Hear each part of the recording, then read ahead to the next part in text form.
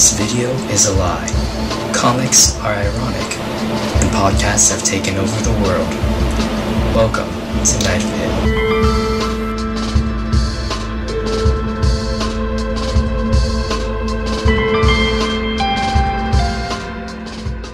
I was trying to reference the podcast Welcome to Night Vale, which is written by Joseph Fink and Jeffrey Craner, and produced by Joseph Fink.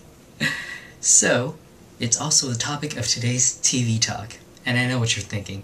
Wait, that's not a TV show. But to that I say, well, you're not wrong.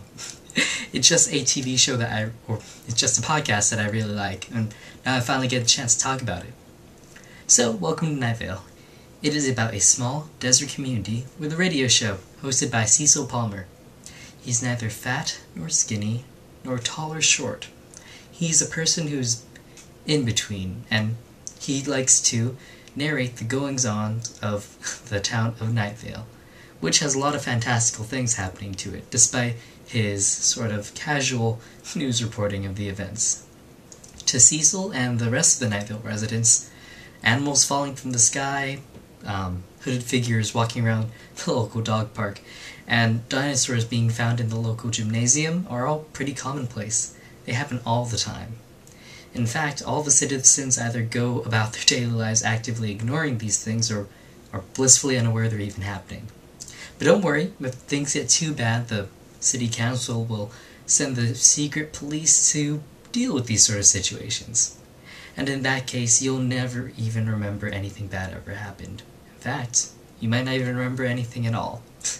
If you do remember, you might just be sent to one of the many re-education camps hidden around the city.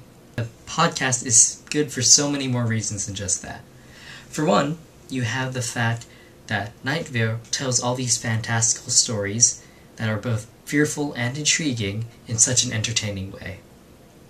Secondly, through the power of a single person's voice, they're able to evoke so much imagery, being able to tell us stories, how people look like, how they act and stuff like that. It's pretty amazing when you get a chance to listen to it.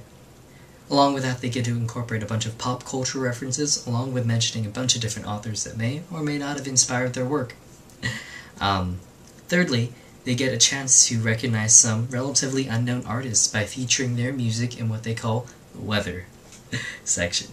It's pretty cool, actually, and I'd recommend that a lot of you get a chance to check it out if you have the opportunity. But in order to get into why Night Vale is one of my favorite podcasts, I have to say a couple spoilers. So, spoiler alert! So, Night Vale originally starts out with just Cecil being the voice of the community, but then he's joined with a bunch of other people who have more of their fair share to say about the situations that happen around the town. First, you got the faceless old woman who secretly lives in your home, named self-explanatory, Hiram McDaniels, the five-headed dragon. You've got Carlos, the scientist, who eventually becomes Cecil's boyfriend. You got Dana Cardinal, a Night Vale intern who either is a double or killed her double. They never really made that point clear. You've even got Kevin from Desert Bluffs, another radio show host, who Cecil doesn't get along with very well, but he has a very interesting backstory about being brainwashed that, I just love. My favorite character, though, is Tamika Flynn, the teenage book lover who forms a militia filled with other teenagers whose goal is it to protect the town of Night Vale from anything that could harm it. These include evil librarians, corrupt corporocratic regimes, or even just people who don't like books. Night Vale is a pretty amazing podcast. The story shifts around each year so that way new people introduced into the show can easily pick up on it. The original story dealt with a secret race of underground individuals who lived underneath the Desert Flower Bowling Alley / Arcade Fun Complex. This was followed by the next arc. This was followed next year by the mayoral elections and how an evil corporation known as Strex Corp was trying to take out local businesses, including Night Vale Community Radio.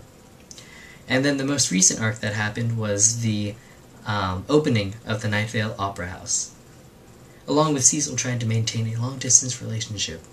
Tough stuff. But it's even an ongoing show still, so the arc right now has been yet to be developed.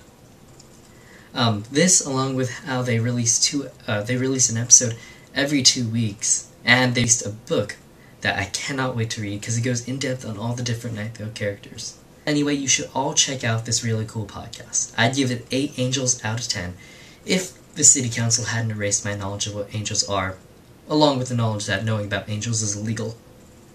But it's getting pretty late, so I'll leave you to that, spoiler alerters. Until next time, good night, spoiler alert. Good night.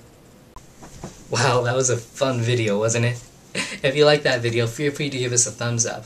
And if you want to check out some of our other videos, feel free to click around the many annotations I will put around my head. It will show some of our other TV talks, some advice episodes we did, and even some of the video games we got to play. Let us know in the comments what you want to see next, or email us at pacificspoileralert@gmail.com. We read all the emails, and if you want to send us in some of your problems, we'll answer those in our next advice video. Ooh, also check out our Facebook page, because recently we've been releasing a lot of BitShirt comics. These last ones have been about how Tori and I find ourselves in the Welcome to Night Vale universe, saving Tamika Flynn from uncertain doom and helping her get back to her hometown. It's really fun, and you get early access to all of our videos if you like our Facebook page. So check that out. So hope you all enjoyed that video, and like I said before, good night, spoiler alert, good night.